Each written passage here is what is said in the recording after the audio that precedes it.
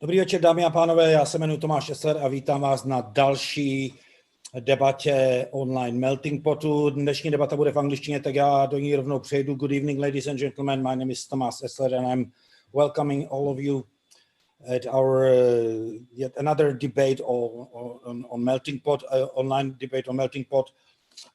Today we will talk about LGBT issues in the world, and it's my pleasure to welcome our guest tonight, Stephen Frost, the global leading expert in diversity, LGBT issues, and inclusion. Welcome, Stephen. How are you? Thank you, Thomas. I'm very well and great to be here. How are you? Stephen, my job was, I was looking at you, I found about you on internet quite a lot of information, and some of it struck me. You tell me a little bit more about your job or your work. What do you do? Because, I found out that you are an advisor to the White House, where you've been advising a British government, but you've been also advising, for example, private entities such as KPGM. Can you tell me a little bit more about what you do?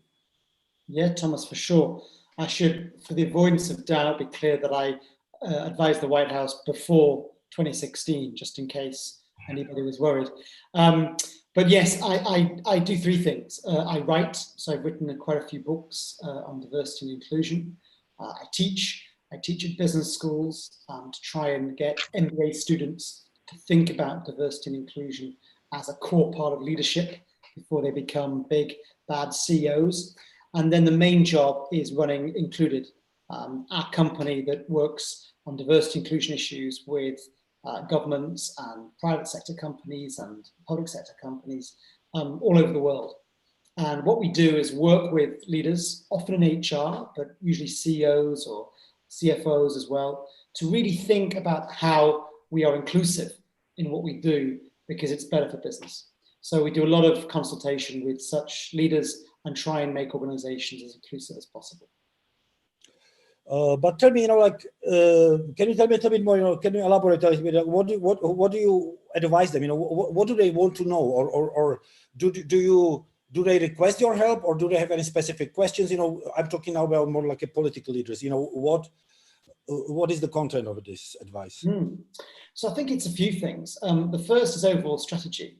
So, for example, you have tech firms that still produce biased algorithms and have, problems. So, for example, if you don't think about diversity and inclusion in your coding, you can end up with websites that block LGBT parenting resources, for example. So you have to think about inclusion in the coding and the design to produce better products. Also thinking about, for example, clinical trials. If you don't have diversity in the clinical trials, you won't produce drugs that work for all parts of society. So we do a lot of work on strategy, working with the CEO and the exec team. They request that because obviously right now it's a bigger and bigger issue in business, and business wants to get it right. Governments too, in many cases. But we also look at data, for example, how do you measure LGBT inclusion? We look at governance, who's responsible and accountable for this? How do you make sure change happens? We do a lot of leadership training and coaching to help people, particularly people who are straight, who don't really necessarily know about LGBT issues, to kind of be better leaders and more inclusive. And then we look at system design as well, generally, to try and de-bias systems. So we do all these things with organizations, and often it's them coming to us because there's a problem or something's gone wrong, or they just want to improve. There's kind of stakeholder pressure, shareholder pressure to be better, so they want to be more inclusive. When you are talking to these leaders, you've been doing it for years and years. Is there something that surprises you? Are they, coming from them, any surprising questions? I mean, even among the leaders, any surprising lack of knowledge or anything? Is there something that still surprises you? Yes, every day. So I think if you think about some of the leaders that I work with and that my team works with, it's usually very, very high achieving people, right? CEOs and HR directors and political leaders. And they're usually very, very good at what they do. But that actually paradoxically makes it harder for them to admit what they don't know. And often they don't know the basics. I still meet leaders that don't know what LGBT means. right? You still get people who don't know someone who's LGBT or don't know that they know someone that's LGBT. They don't necessarily know how to run meetings or how to line manage people. They don't know, for example, if they have LGBT staff, should they send them on business to Nigeria or the Middle East? Is that okay or not okay? So I think you have lots of very capable, good people who sometimes lack confidence or lack knowledge when it comes to diversity issues, including LGBT issues. And this always surprises me because often they don't want to admit they don't know. So you have to be careful how you work with them. That's fascinating. Tell me, is there a way to define the situation today? I mean, is there a way to define the situation or standing of LGBT communities at the beginning of the third decade of the 21st century? You know, as opposed to, you know, like if you compare it to 10, 20 years ago, you know, where are we standing now? How would you define that situation? I think it's a big question, Thomas, and I think there's many ways of thinking about it. But one way, I suppose, is a maturity model, if you like. You know, where are we? I think still, in many cases, we're at the very beginning. So it's about compliance. We're relying on the law only. And so, for example, the EU legislation or the change the administration in the United States is very important because it affords more legal protections. And often it's the legal minimum that is kind of, you know, the basic at the moment. And the law has advanced in many countries, but of course it's on the danger of regressing in others. I think another way of looking at it is in terms of society generally. Social pressures, I think, are, you know, very positive in many cases. So you look, for example, in Ireland at the gay marriage vote a few years ago, where, you know, 67% of the population voted for gay marriage. And that's really encouraging that actually now it's seen in many countries as, you know, just good business, that you have to be positive and LGBT. But there's a third area, I think, which is where we're getting to in some cases, where beyond compliance or beyond marketing or social pressures, we're doing it ultimately because it's better business. It makes sense.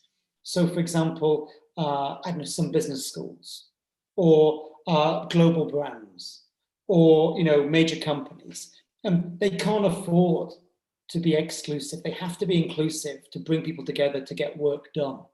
So I think where are we at the beginning of this third decade in the 21st century? I think there's a lot of good news. I think certainly many parts of Western Europe, the Americas, parts of Asia, there's been tremendous progress, right? And we can discuss how that's come about. But of course, there are also regressions, right? Parts of Eastern Europe, parts of Asia, parts of Africa, where things have regressed. And so it's really a crossroads. We've got more examples of good practice than we've ever had before. And in many countries, there's never been a better time in human history to be LGBT. But in other countries, we're seeing, you know, either stalling or regression. And that gives us cause for concern. Do you see, you know, you just reminded me when you were mentioning this referendum, that vote in Ireland about the gay marriage. I remember, do you see any movement or any approach to these topics also in church?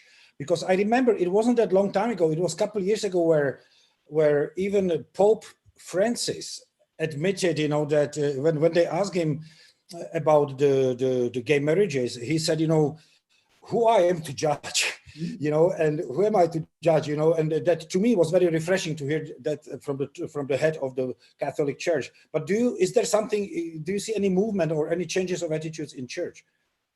Yes. So I think, you know, we can debate, you know, religion and LGBT for a long time.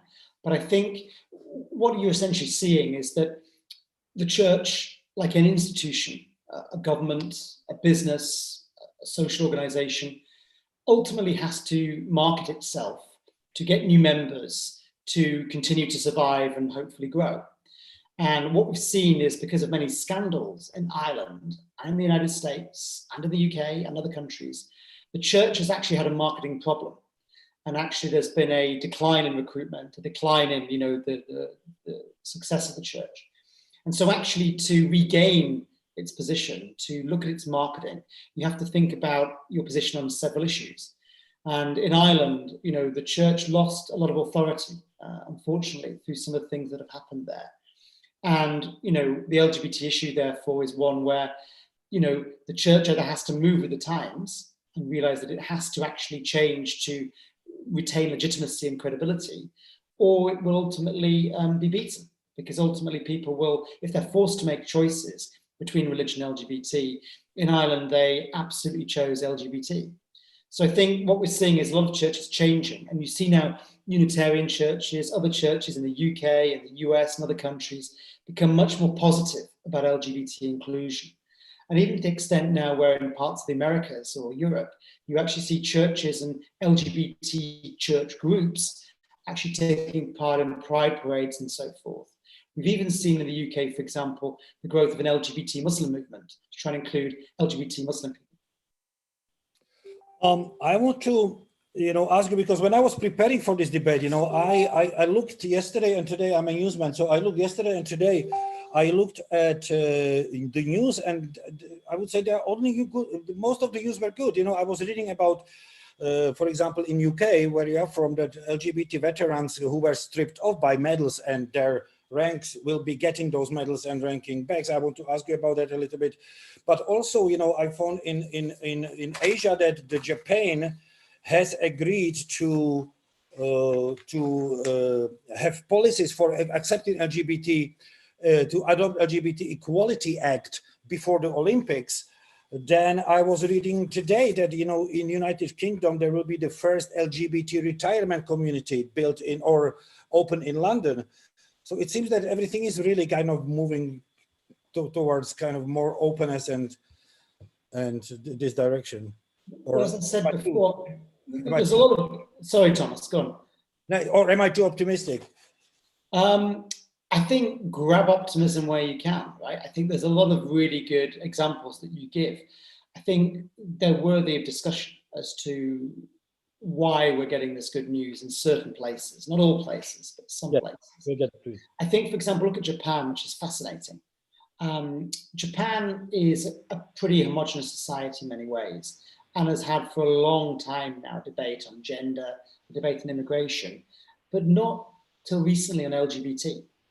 And of course, there are LGBT people in Japan, but the pressures on conformity are very, very strong.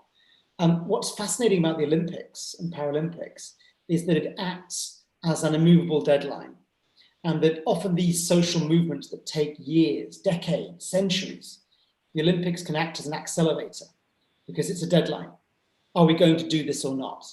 And that was the case in the UK. I worked on the London 2012 Olympics and Paralympics. And you look at, for example, Rio, or you look at other movements, Barcelona in '92, which was Spain post the dictatorship. They can act as really important deadlines to provoke social change, and they can be important accelerators.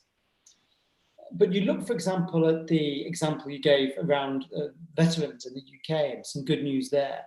And that's a long time coming.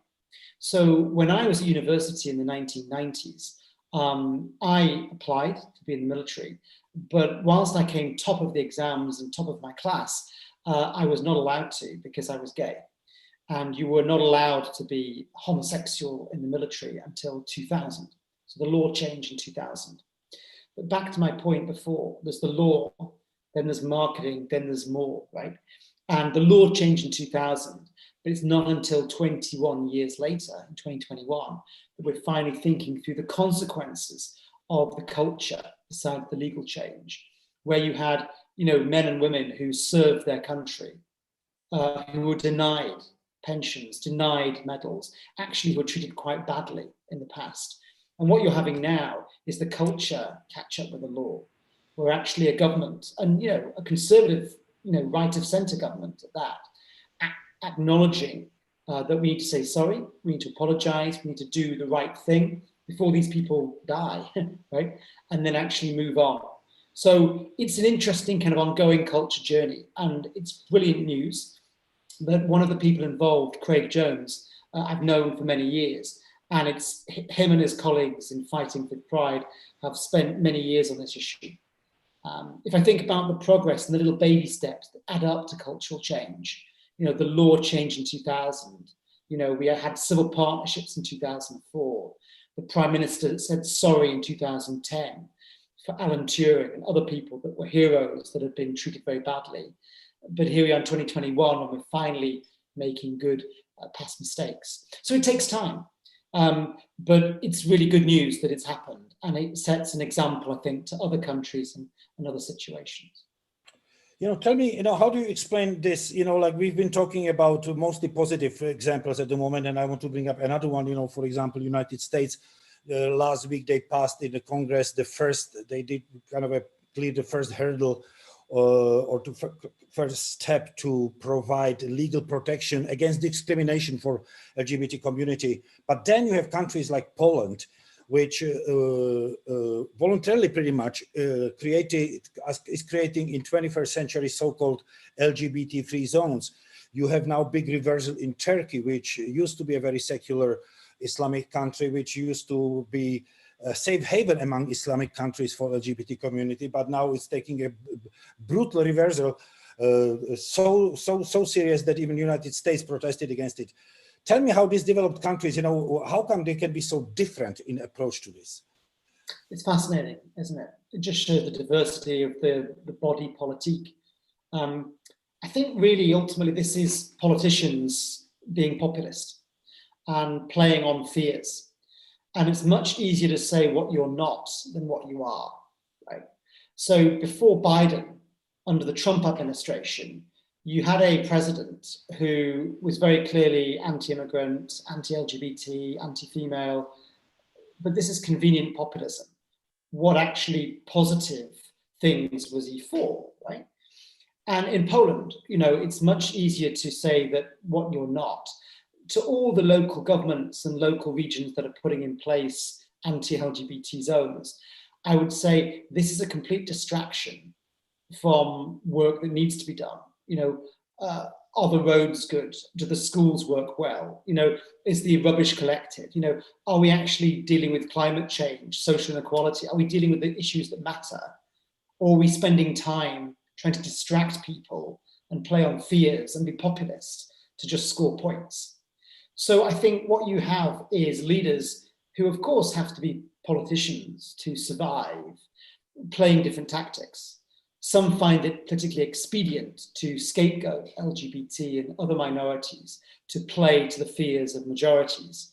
Others recognize actually that there is a higher calling in leadership and that actually you need to include minorities and educate majorities to have a better society. So I think what you see is just political leaders being opportunistic. And, I think that the situation in Poland is incredibly unfortunate. And, I hope it won't stand the test of time. We're talking about this being populistic, the leader of UK, Boris Johnson, is also considered by many a conservative populist. How would you compare, to this, what we just discussed, the situation in the United States or situation in Poland? How is the situation in UK? How would you, with comparison, is it, because UK seems to me very, very progressed in this, very open. It's really interesting, isn't it? Because I think, yes, to many ways, Boris Johnson is a populist, but it's populist convenient for him to be relatively inclusive of LGBT because the majority of the country is positive about LGBT. I think what's fascinating is, 10, 20 years ago, LGBT was kind of a political issue in the UK, a part of political issue, where the left was generally pro and the right was generally skeptical. But when it became clear that, many on the right were also coming out, were also, LGBT, when actually Stonewall, where I used to work, and other campaigning organizations, I think were very clever in making sure that there was cross-party support for LGBT. When you built up this momentum, it became impossible, really, for a political party that wanted to win votes to actually be anti-LGBT when the majority of the country were for it. So what's really interesting is that, like with Ireland and the church getting it wrong on LGBT issues, 67% of Irish people voted for gay marriage. So if the church was anti, it backed the wrong horse, right? In the UK, what's interesting with the Conservative Party is that I think there are now many openly gay Conservative members of Parliament. There's many people in the Conservative Party who are supportive of LGBT issues. and the people who are not are a minority. And it's not politically advantageous for them to campaign on that issue. So I think what's really interesting about it is, if you can get a critical mass of people who are positive about LGBT, it then becomes marketing, right? Coca-Cola or McDonald's would not be anti-LGBT in the UK or the US because it would be bad business for them to do that. And the Conservative Party, likewise, is not going to be, because it'd be bad business. Unfortunately, in Poland and some other countries, it's still much closer to call. And, the majority who are pro-LGBT might still be in a minority, or the way the politics works, they're in a minority, and so it's not as advantageous. So it's interesting. But I would say this, that we have to be careful, because whilst in the UK, all parties at the moment are pro-LGBT, we can never take that for granted. And we have to always make sure, actually, that hard-won rights are maintained and supported across the party, so it becomes more of a norm. The final thing I'd say on that, which I think speaks to the society generally, Thomas, is if you look at the progress in LGBT in the UK in the last 10, 20 years, like in Ireland, most straight people in 2021 know somebody that is LGBT, right? There's somebody in the family, there's a colleague at work, there's a neighbor. Most straight people know somebody that's LGBT. And so they're not afraid, right? It's just a family member, a colleague, somebody on TV. It's just normal. But still, many people in some countries don't know somebody that's LGBT. And that leads to fear. It leads to actually politicians, populist politicians, the media replacing that knowledge with actual fear, stereotype, and so forth. And so the more that we can create inclusion and people just knowing other human beings, we realize actually that LGBT rights are simply human rights. And actually people in the UK are not afraid of that, supportive of it, and you get progress. Listen, would it be too simple? Would it be simplistic if I would ask you if an acceptance of LGBT communities or people is a sign of a maturity or a self-confidence of a country or a government? Well, you and I could probably aggressively agree yes on that, Thomas, I think. But of course, other people might disagree. I think yes, because it's a mark of human rights, right? The UN Charter on Human Rights after the Second World War, the Universal Declaration of Human Rights, clearly states, right, about human beings being treated equally, right? It doesn't say that people who happen to love somebody of the same sex should be treated less equally. It doesn't say that. So I think undoubtedly it's a yes. And I think the fact is, when you mention Turkey or you mention Poland or you mention Nigeria, there are LGBT people in these countries. Of course there are. There are LGBT people in Tanzania. And the president saying otherwise is just ridiculous. It's fake news, right? Because we know that there are LGBT people in every country. There are LGBT people in Chechnya, in Uganda. And when leaders there deny it, they're denying reality. And that's a cause for concern. Denying reality, it just brought me to this. I was also reading today or yesterday that a Chinese court in Jiangsu province, which is a southern province in China, threw away for the second time a challenge by some LGBT communities who were suing the fact that in Chinese schools, in the textbooks, the homosexuality is being taught as basically a disease, as a illness, and the Chinese court threw it away for this, decided to rule against their complaint for the second time, and they were arguing, it's like denying that the earth is ground, that it's like claiming the earth is flat. Is that simple? Tell me, with these incredible advances in so many fields of human activities, in sciences, in medicine, everywhere in the world, including China, how come we are still struggling with tackling these medieval prejudices and fears? I mean, how is it even possible in today's developed world? I think it's fear. And I think it's people playing on fear. right? And as I said, it's much easier to deny things than to admit things. So, you know, you had Trump as president of the United States for 4 years, who blatantly told lies. He told hundreds and hundreds of lies all the time. And you would say the sky is blue, and he would say, no, it's red. You know, I mean, it's, you know, a political tactic. If you just deny anything, if you just make anything up, then ultimately, you know, you can get away with it because, you know, you just refuse to accept reality. You just carry on lying. So, you know, it's politically convenient for some people to deny this, right? But remember the example you gave in China, that was the case in the UK until 1988. In fact, in 1988, a law came in called Section 28, which prohibited the promotion of homosexuality in schools. And what that did was actually, of course, again, deny young people like me growing up any knowledge that it was okay to love somebody of the same sex. It denied any kind of knowledge about, you know, safe sex education or role models or, you know, mental health. So this happened in the UK too. And it's only because of that, and then the opposition to that, when Stonewall was formed in 1989, that you then had concerted effort to challenge an obvious contradiction. I think, you know, the medieval prejudice and fears that you refer to, for some people could be lack of education, right? They just don't know anybody that's LGBT. They just don't know some things. But of course, in an age of internet, an age of access, that's less and less the case.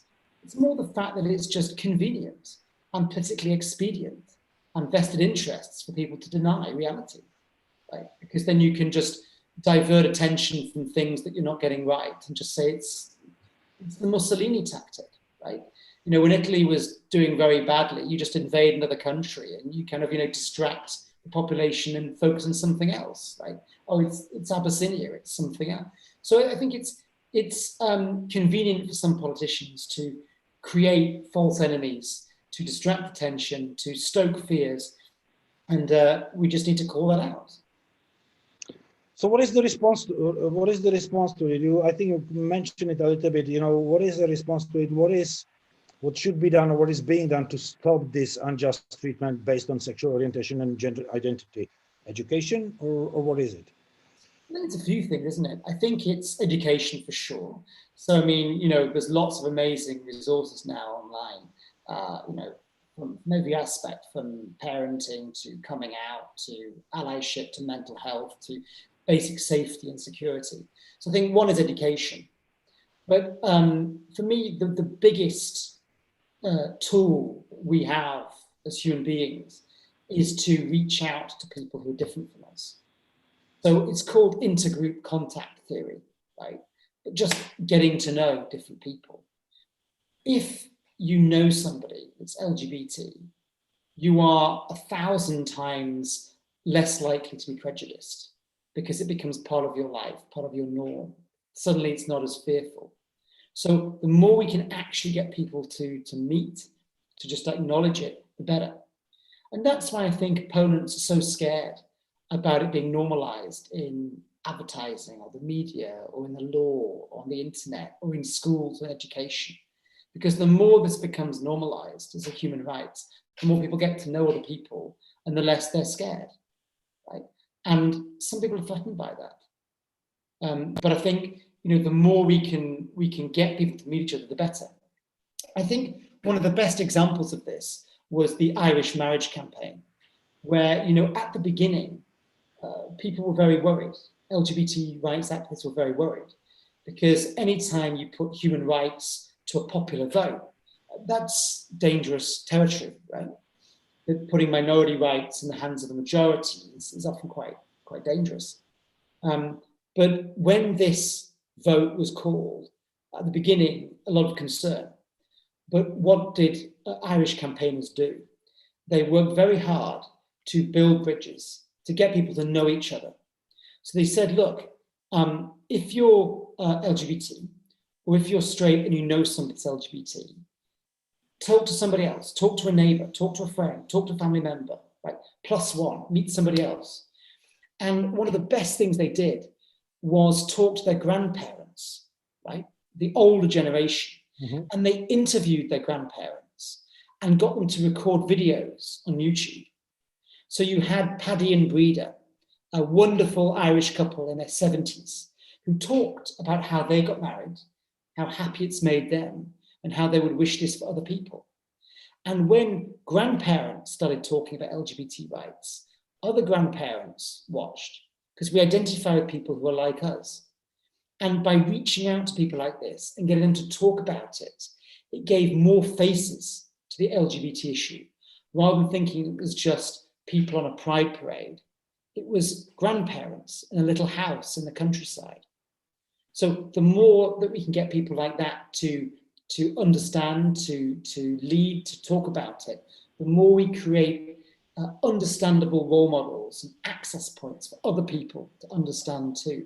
And this human-to-human contact, in addition to education, is the best way that you can build allies for LGBT. Who was the author, or who did this campaign in you just mentioned in Ireland? Was it a government, or was it?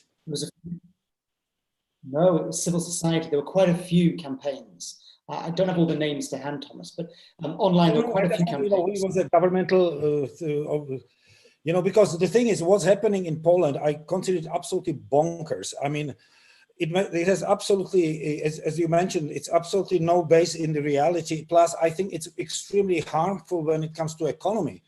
In the United States, they did a research recently, or public opinion research, almost 6% of Americans now claim to be part of LGBT community, which is the highest percentage in history. We are talking, these are millions of people. And that is, I think it's very correct to assume that the similar percentages, if not higher, will be in other countries too. So it's a very, and all my friends who are part of LGBT community are quite affluent, and very, very, very well educated and with money to spend. So I think it's absolutely horrific to ostracize this community from the economy, for example. I mean, this is really stupid. But I think, by the way, bonkers is a great word. But I think you're right, that if you look at the situation in Poland and you compare it with the US, I'm optimistic. Because actually, in the US, when you had some states that brought in anti-trans laws with bathroom provision, for example, or discriminatory laws, you had companies who said, well, we're not going there. They pulled their conferences, they pulled business. And business, under pressure from employees, educated people, LGBT and non-LGBT, pressured their businesses to act. And so what happened was that states in the US that published anti-LGBT laws were hurt economically. And if I look at Poland and some parts of Poland that are publishing these ridiculous, bonkers anti-LGBT zones, I would encourage any serious business who's investing in Poland to make sure they don't invest in those regions, right?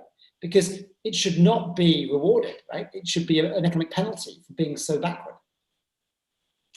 But I think nowhere it can happen. I'm talking about Poland. I mean, that would not be able to happen if it wouldn't have the backing, I think, of the political leadership of the country. So, I think that leadership, political and entrepreneurial or business leadership, plays a huge role in this, where this country is being taken. Yes, I mean, again, I think it goes back to expediency. So you have an environment at the moment in Poland where some people with extreme views and LGBT have got air cover. They can do these things, but no injustice will last forever. And ultimately, we can prove the economic correlation between LGBT equality and economic progress. And when the government in Poland changes, hopefully, you will see, I think, progress where business, certainly multinational global business, will be encouraged to invest in progressive regions that treat all of their citizens fairly. Yeah, it's interesting, because I've been talking to my friends in the United States, and for example, I lived in Colorado for some time, and today Colorado has I think it had the first openly gay governor. Nobody cares, it's not even an issue this in Colorado. Of course, you've got some very, very conservative communities around Colorado Springs and what have you, but most of Colorado is extremely open-minded to this.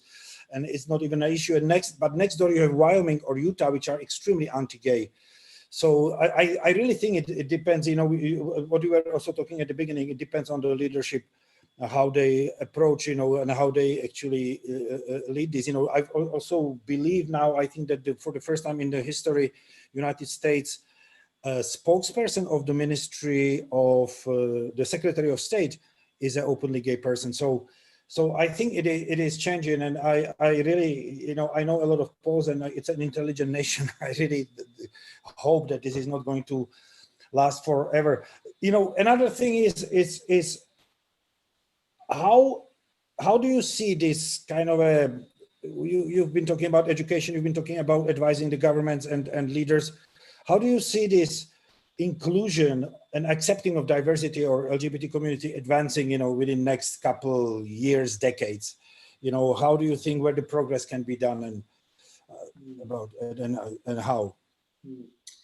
I think it's a really interesting moment, right? We're kind of at a crossroads, an inflection point.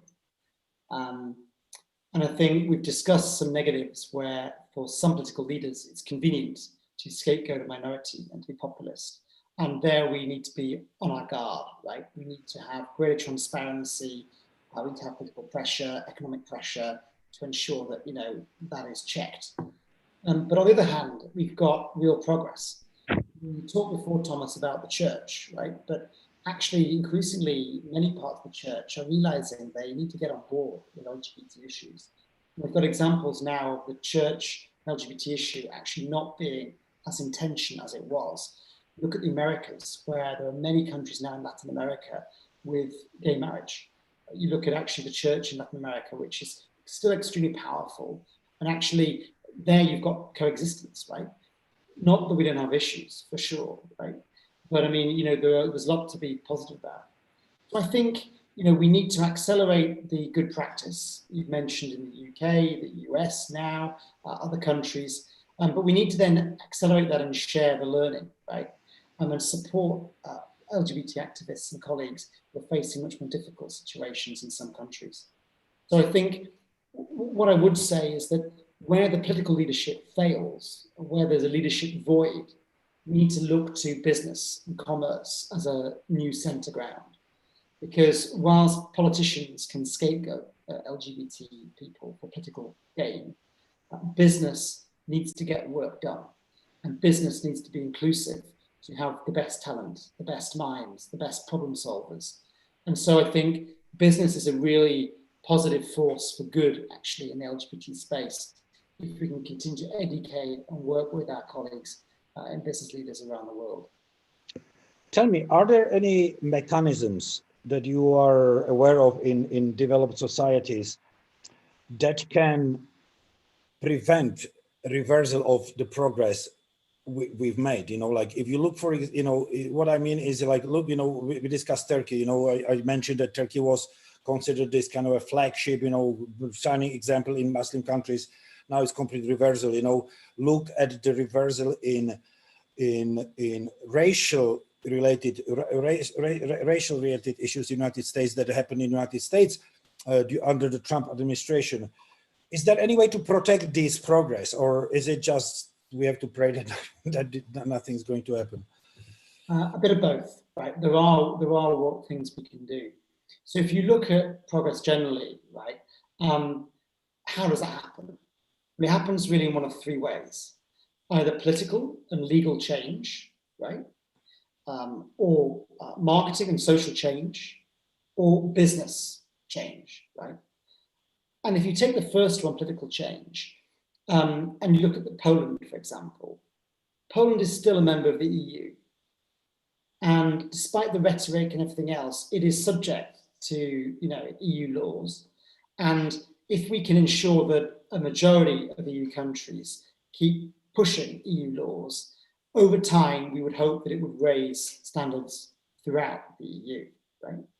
One, of course, of the worries about Brexit is that now the UK has left the EU, will we still have the same human rights protections and so forth? And I hope at least the moment we will, and we'll continue to hopefully advance there. So I think one is politically, the more we can spread good practice in our political bodies, the more we spread the risk. So now the UN, for example, takes an active role in LGBT. Global organizations take an active role in LGBT. So global political leadership, EU level leadership, national leadership, local, the more political leaders that take this on board, the more checks and balances there are against people like, in Poland and in Turkey, which is going backwards. That's one. I think on this, the social thing, the more that human beings know LGBT people, the more checks and balances there are, right? The more safety there is. Now in Ireland, the fact that most people know LGBT people means it would be very hard for the church or for politicians to go backwards, right?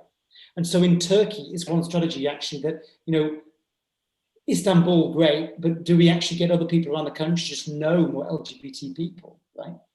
And that again can act as a check and balance.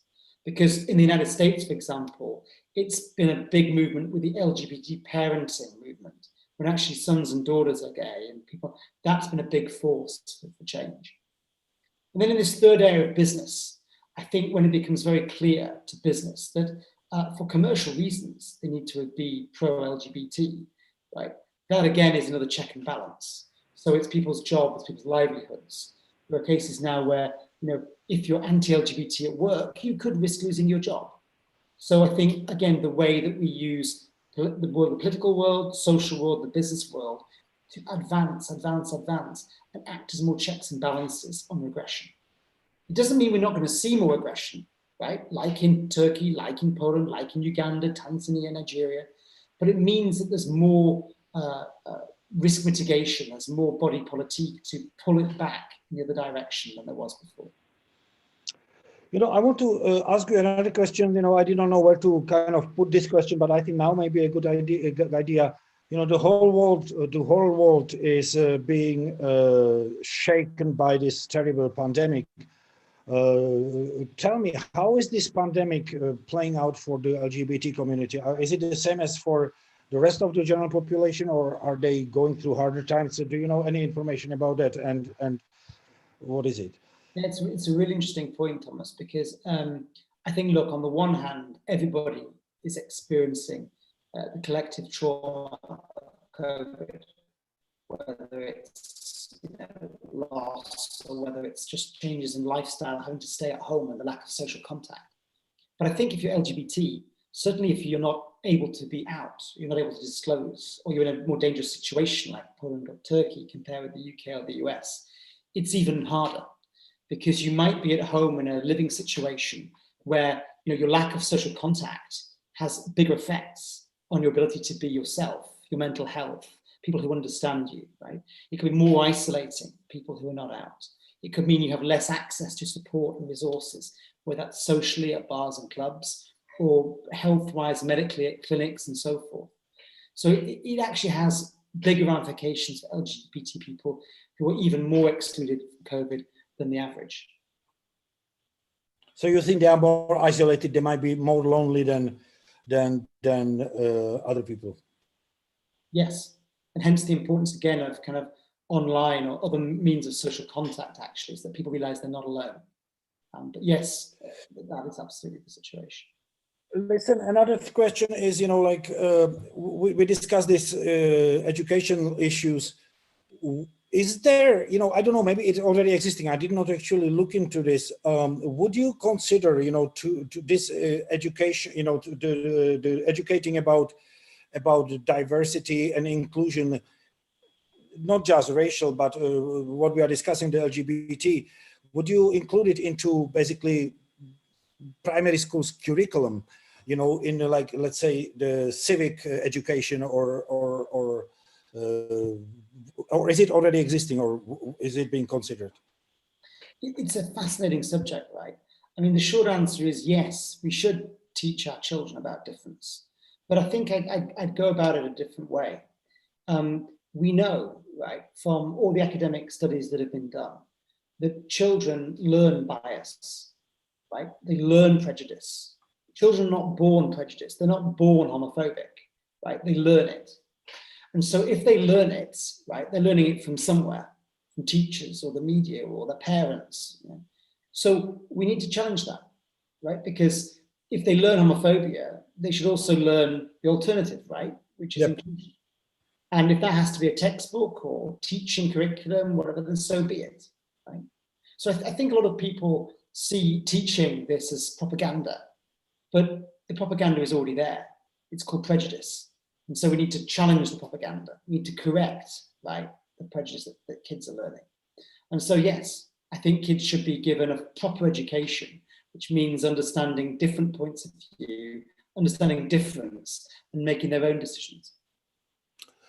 After working on this with this issue for so many years, on so many levels, are you optimist, or or why not? Yes, I am. It has its moments, right, where you look at the regression we've talked about in some countries, or you look at tragedies, or you remember people that you've lost, or tragedies that you've personally been affected by. But I am optimistic, because ultimately I believe that most people are good people. And when you challenge disinformation, like prejudice, when you challenge, fear, people generally feel better for that. People want to be happy rather than miserable. They want to be confident rather than fearful. And so actually, if people get to know people who are different from them, and they realize that's good, right? That actually their lives are enriched by difference rather than damaged by difference. I think that's a positive trend. And you look at the case studies that exist of where we have made progress in LGBT and other forms of inclusion. And it's generally been commensurate with economic progress, happiness, productivity, well-being. And so I'm optimistic that most human beings are good people, and most human beings want to be happier. And we know that you can be happier when you are less scared, when you know people who are different from you, when you realize actually that, life can be good, and, knowing different people can enrich your life and so forth. So I think that's what most human beings want, and that makes me an optimist. You just, I just thought about another question, you just inspired me to ask, is this what, yes, we do have these problems. We discuss Poland, China, Uganda, you name it. But is this like throughout the history, were there better times for LGBT community than, I don't know, in maybe anti-Greece? I have no idea, honestly, or Rome. Is there any, or are we living, in a better, for LGBT people, LGBT members, are we living already in a little bit better world than the world ever had? Yeah, it's a fascinating question, right?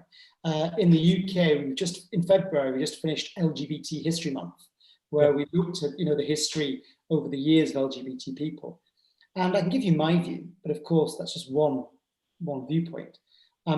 In many cases, you could argue, yes, whether it's ancient Greece, or you look at some aspects of Victorian England, or some, you can argue that in many cases there were, good times in the past, but it depended. It depended on whether, for example, you had money, or it depended whether you could afford the protection and privacy that was needed, or it depended on many things, right? So you could argue, yes. But of course, also, LGBT people aren't just LGBT, right? As members of the human race, it's about economic empowerment. It's about basic human rights. And generally speaking, there's never been a better time to be alive, right? In terms of the whole things that you need to be a human being. Access to information, access to healthcare, knowledge and progress. So you could point to many times in history where maybe it was in some ways better for LGBT. But in terms of the totality of being a human, in many cases, it's never been better than now.